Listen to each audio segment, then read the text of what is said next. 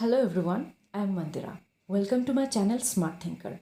Today I am going to discuss the concluding part of the lesson Born Again Arunima Sinha. In the first part of the video, we have got the scenario where Arunima Sinha is climbing Mount Everest and suddenly she goes into her past memory where she had experienced a horrific accident, lost her leg, gathered courage, took the decision to climb Mount Everest and started her journey. In today's video, we will read the rest of the other part of the lesson and we will get to know the other difficulties to climb Mount Everest and how she reached to the summit and achieved so many awards. So, let's get started. All fine, Arunima. This time it was the concerned voice of her instructor Susan Mahato, which broke into her thoughts. Susan was accompanying her on the Everest mission as part of the Eco Everest expedition sponsored by the Tata Group. When Arunima Sinha was climbing the Mount Everest, she heard a sound from her back and it was from Susan Mahato, her instructor. She was concerned about Arunima Sinha, that is why she asked her if she was okay or not. Yes, Susan, I am fine. Arunima Sinha replied that she is fine. Brave words, for as she has entered what is known as the death zone, 8,000 meters above sea level, her legs were refusing to obey her. The death zone was so named as it had claimed the lives of many aspiring mountaineers. She was almost numb with pain, and each step was an effort as her artificial limb posed new problems one after the another. The terrain became very dangerous and difficult. She saw dead bodies half buried in the ice, reminding her of those who have failed to reach their goal. Afterwards, she has reached death zone. Now, what is the death zone? Death zone is a part of Mount Everest which the climbers have to cross to reach the summit. What is the meaning of summit? Summit is the topmost part of Mount Everest. So, if you are climbing Mount Everest, you have to cross the place named death zone, and the death zone is above 8,000 meters sea level. One thing, students, you have to keep always in your mind that we measure height or altitude according to the sea level. Okay, so the death zone is above 8,000 meters sea level, and when you will reach the death zone, at that time your all energy is gone. You will not get any sensation even in your body. You will not feel anything. You will get hallucination.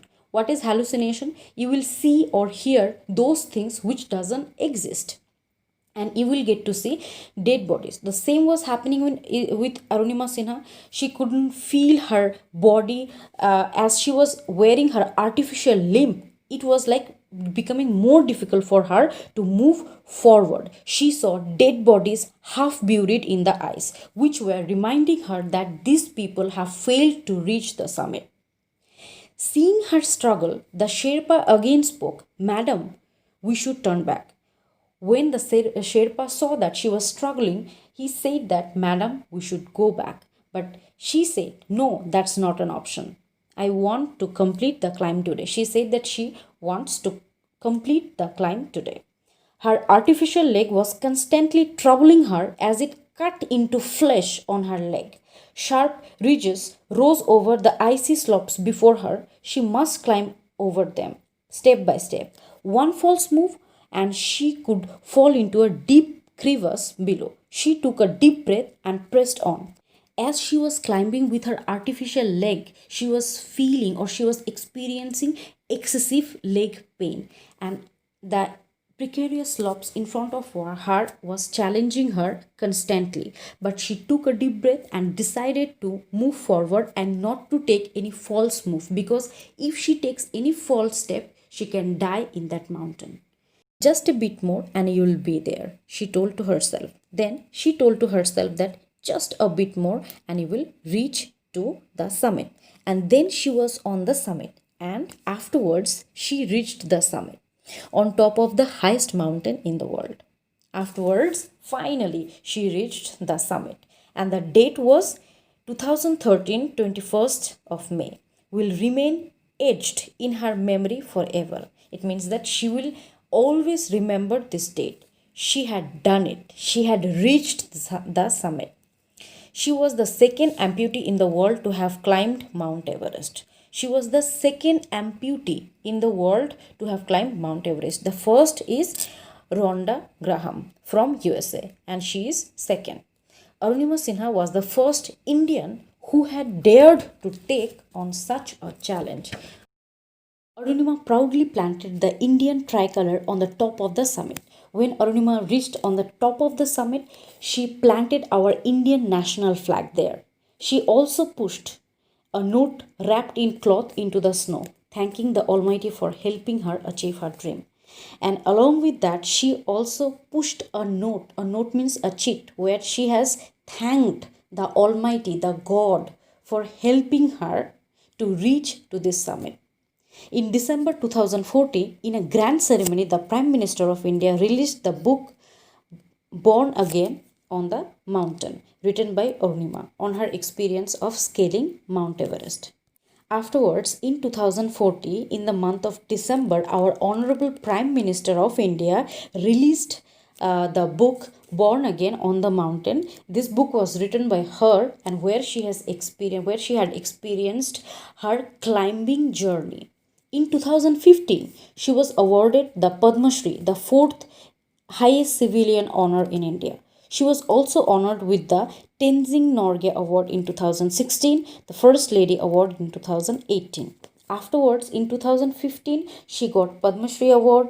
In 2016, she got Tenzing Norgay Award. And in 2018, she got the First Lady Award. Afterwards, she got so many awards, okay, for her achievement. Arunima runs a non-profit school for the underprivileged. Underprivileged means poor people, needy people, and specially abled children. The school Shahid Chandrasekhar Azad Vikalang Khel Academy is Arunima's life, and the name of the school is Shahid Chandrasekhar Azad Vikalang Khel Academy, and this is Arunima Sinha's life. Though the school doesn't yet have many facilities, Arunima is determined to take it to a great height someday. The school doesn't have so many facilities, but Arunima Sinha is very much determined to take this school to a great height someday. In her words, failure is not when we fall short of achieving our goals, it is when we don't have goals worthy enough. She says, failure is not when we fail to achieve our dreams. Failure is that time when you don't have any goal to achieve, when you don't have any goals to fulfill.